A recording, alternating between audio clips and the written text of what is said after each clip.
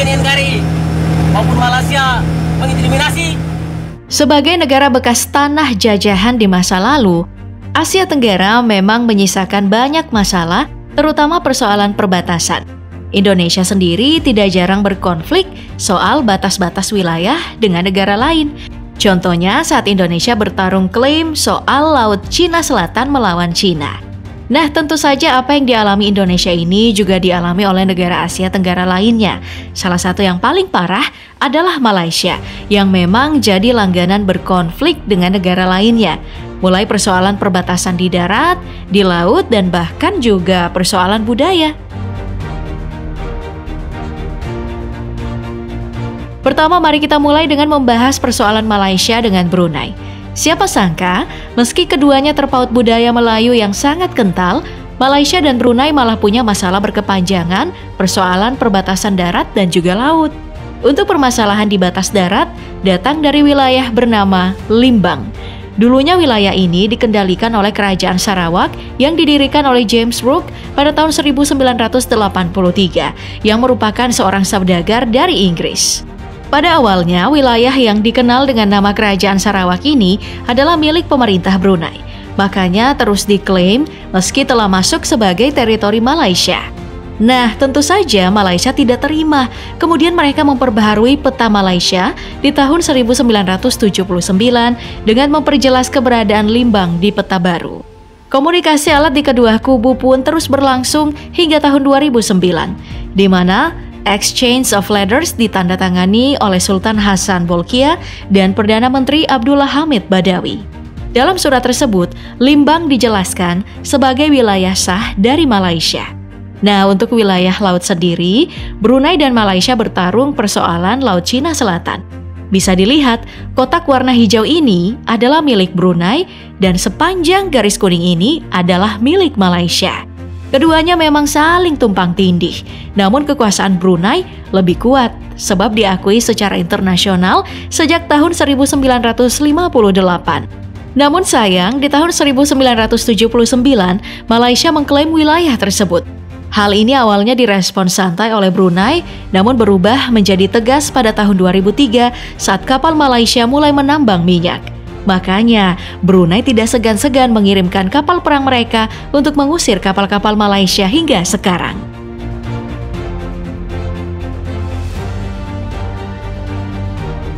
Kalau tadi datang dari Pulau Kalimantan, sekarang kita pindah ke Semenanjung Melayu. Di wilayah yang satu ini ada konflik antara Malaysia dan juga Singapura. Siapa sangka kalau kedua negara ini memperebutkan wilayah super kecil di tengah Laut Cina Selatan yang bernama Petra Branca atau juga disebut Pulau Batu Putih. Perdebatan soal kepemilikan lokasi ini datang di tahun 2003 saat Malaysia komplain tentang kepemilikan Singapura terhadap Petra Branca. Bantahan ini pun dibawa Malaysia ke meja Mahkamah Internasional di Hamburg. Namun sayang, komplain dari Malaysia ini tidak diterima karena pada tahun 2008 pulau ini jatuh ke tangan Singapura setelah ditinjau dari dasar teritorial perairan. Gimana ya rasanya jadi Malaysia? Udah ngadu ke yang lebih berkuasa, malah kalah.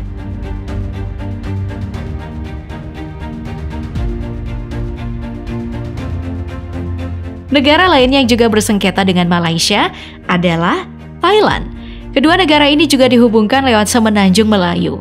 Perdebatan keduanya berasal dari dua tempat berbeda. Konflik perbatasan pertama datang dari klaim wilayah Thailand yang menuntut mereka, wilayah Thailand itu membentang dari Kuala Tabar, Kolisan Islet, sampai dengan Kokra.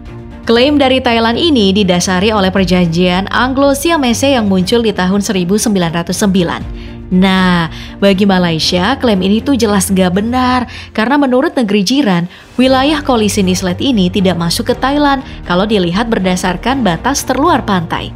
Nah, sengketa ini emang sempat membuat kedua negara bersih tegang. Tapi untung saja pertikaian ini menemukan titik temu di mana keduanya mengakhiri konflik dengan damai lewat penandatanganan MOU. Kedua negara ini bahkan sepakat untuk melakukan pengembangan dan eksplorasi di wilayah yang disengketakan. Satu masalah emang udah selesai, tapi Malaysia dan Thailand masih bermasalah di tempat lain. Dari peta bisa dilihat kalau bentuk Thailand ini memanjang ke bawah untuk bersentuhan dengan Malaysia di wilayah pegunungan. Di wilayah inilah Malaysia mengklaim kalau Bukit Jeli di perbatasan keduanya adalah milik Malaysia karena jadi hulu Sungai Golok. Sampai sekarang sengketa ini masih diperdebatkan dan tidak menemukan titik tengah karena Malaysia terus berkilah kalau Bukit Jeli sudah berubah bentuk.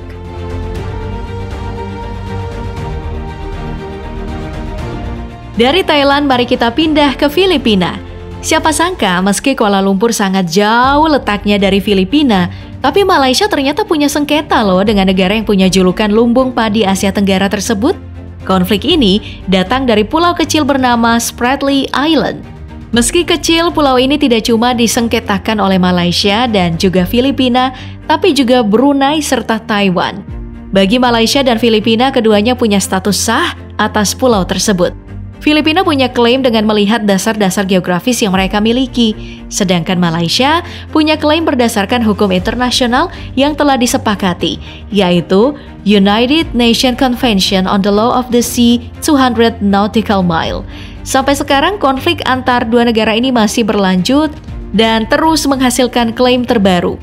Di tahun 2009, Filipina bahkan mengeluarkan The Philippine Archipelagic Baselines Act Philippines yang menunjukkan kepemilikan mereka terhadap pulau-pulau kecil sekitar termasuk Spratly Island.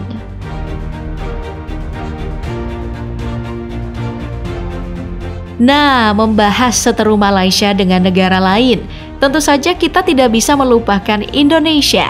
Persoalan sengketa wilayah antar kedua negara datang dari pulau kecil di Laut Sulawesi, yaitu Pulau Ambalat, Sipadan, dan Ligitan. Kedua negara saling bersengketa di wilayah ini sejak tahun 1969. Sengketa tiga pulau ini berlangsung sangat alot karena keduanya tidak memiliki dasar hukum dalam klaim yang dilakukan dan cuma melihat peta dan perhitungan masing-masing. Akhirnya, sengketa ini menemui titik terang di tahun 2002 saat dibawa ke Mahkamah Agung. Siapa sangka, Mahkamah Agung memenangkan Malaysia dengan dasar peninjauan sejarah, di mana Malaysia sudah mengurus pulau-pulau ini sejak masa kolonial. Hal ini tentu saja jadi kemenangan besar bagi Malaysia dan kesedihan tersendiri untuk Indonesia. Selain tiga pulau tadi, ada juga Tanjung Berakit yang merupakan wilayah dari Provinsi Kepulauan Riau. Malaysia mengklaim wilayah ini sebagai miliknya berdasarkan aturan yang tidak kuat, yaitu Aturan Teritorial tahun 1979. Secara kasat mata, wilayah ini memang lebih dekat ke pulau utama Malaysia ketimbang Riau. Namun, apa boleh dikata, hukum internasional memberikan pulau ini pada Indonesia. Nah, gilanya, Malaysia ini sangat ofensif di sekitaran pulau tersebut, bahkan pernah membuat panas banyak orang setelah menangkap nelayan Indonesia yang dianggap melewati batas. Wah, ini mah udah terlalu namanya. Konflik batas Malaysia-Indonesia emang alot ya, karena wilayah dan budaya kita emang deket. Bahkan tidak jarang, budaya kita malah diklaim oleh Malaysia. Mulai dari reok Ponorogo hingga lagu Rasa Sayangnya pernah diklaim loh, padahal keduanya jauh dari budaya Melayu di Malaysia. Nah, klaim serampangan dari Malaysia ini tentu tidak mengenakan. Jadi sebagai kaula muda Indonesia, kita juga harus melestarikan budaya kita ya, agar tidak dicuri bangsa lain.